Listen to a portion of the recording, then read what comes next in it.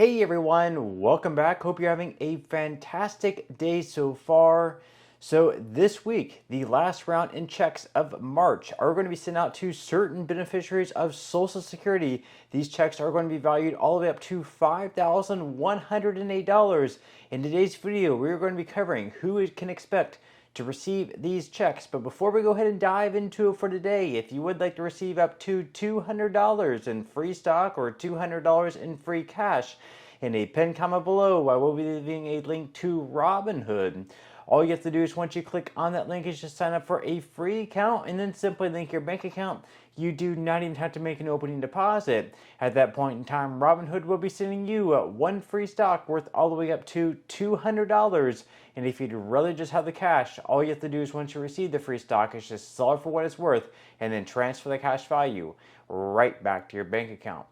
Okay, so diving right into it for today, before we get into the checks going out later on this week, actually tomorrow to be exact, it is going to be the last round of checks going out this month in March for Social Security. First off, we're going to be diving into some of the recent comments made by the new Social Security Commissioner after he was picked by Trump to run the agency. Now he still needs to be confirmed by the Senate. His name is Frank Bisignano, and he was questioned today in the Senate. We're going to be covering some of his answers and what he said about the overpayments, about privatization of Social Security, and his other views on Social Security. So we're going to go ahead and dive into for today. This is from CBS News. They say that President Trump's nominee to run the Social Security Administration, Frank Bisignano, was questioned about customer service improvements, erroneous payments, and the potential privatization of the agency during a Senate hearing on Tuesday morning.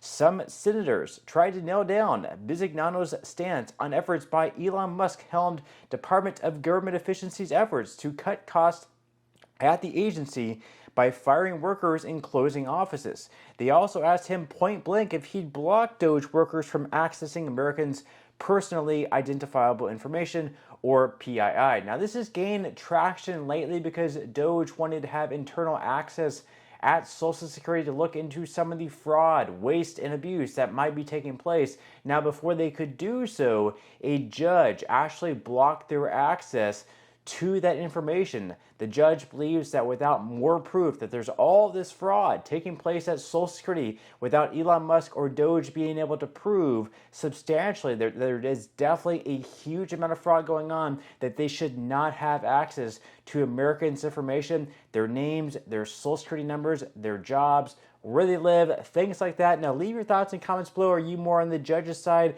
or are you more on the side of Elon Musk and Doge? Now, they go on here to say that during Tuesday's hearing, the executive also said he plans to use artificial intelligence to identify and weed out fraud, waste, or abuse within the system, and he repeatedly referred to the current 1% payment error rate, which he said he believes is 5 decimal places too high, and he added that he plans to focus on what we need to do to drive the 1% error rate down. Now, that's been another huge issue where the payments are being sent out in error, where people are actually being overpaid for a number of months, even a number of years, and then after years of being overpaid, even though it's not the person's fault, they may not know they're being overpaid by $100 or $200 over a number of months.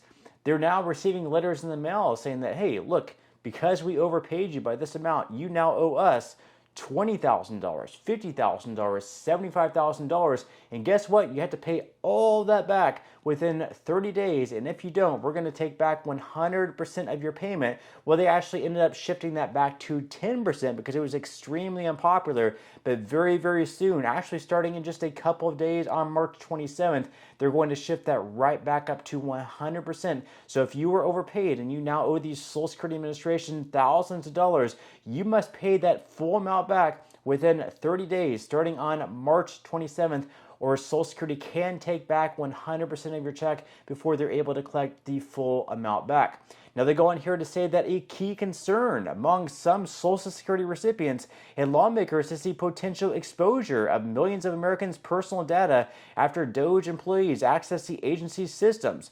Bisignano claimed he is committed to protecting that data. Now, he doesn't necessarily say he's going to block out Doge from being able to see that data, but he does say that he's committed to protecting it. So maybe he's going to put some safeguards in place if he does allow Doge to access the information.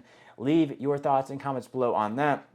Now, Bisignano repeatedly said he had not thought about privatizing the agency, responding to a suggestion from Senator Sheldon Whitehouse, who is a Democrat from Rhode Island, that the Trump administration's aim is to discredit the system and then send in tech bros and private equity folks to save it. Bisignano did not explicitly commit to opposing such a scheme, but rather answered that my job is to ensure claims are processed in the manner that they should be. Now, even if he wanted to privatize the system either fully or partially, this is nothing that he could do himself.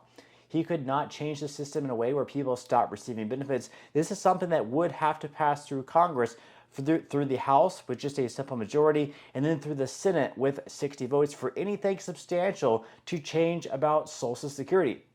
Now, regarding customer service enhancements, Bisignano stressed the importance of meeting beneficiaries where they are, such as by providing customer service via phone as well as in person and online. He also touted his company's experience, handling 400 million phone calls per year compared to the estimated 80 million calls that SSA fields annually. Now, that's also a big topic of concern recently, because starting on March 31st, if you receive Social Security benefits, you can no longer call into Social Security and change certain things, such as your direct deposit information. So if you're switching banks, or maybe your account number changed because you have fraud taking place, you can no longer do that over the phone. It now has to either be in the office or online. And if you're one of the people who don't necessarily trust putting sensitive or private information on the internet, such as your account number and things like that, then in that case, you might have to go online. And for those who don't necessarily have great access to their cars, or they have to drive several hours to go to a field office to do that,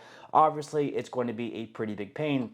But leave your thoughts and comments below. What do you think about the potential new Commissioner of Social Security in Frank Bisignano? Do you think he's going to be a good one? Do you think he's going to be a bad one? Leave your thoughts and comments below. Now, moving on to the checks today. Once again, actually tomorrow they're going to be going out, all the way up to $5,108 at the max. We are going to be covering who is going to be eligible to receive these checks. It is once again going to be the last round of checks going out this month in March.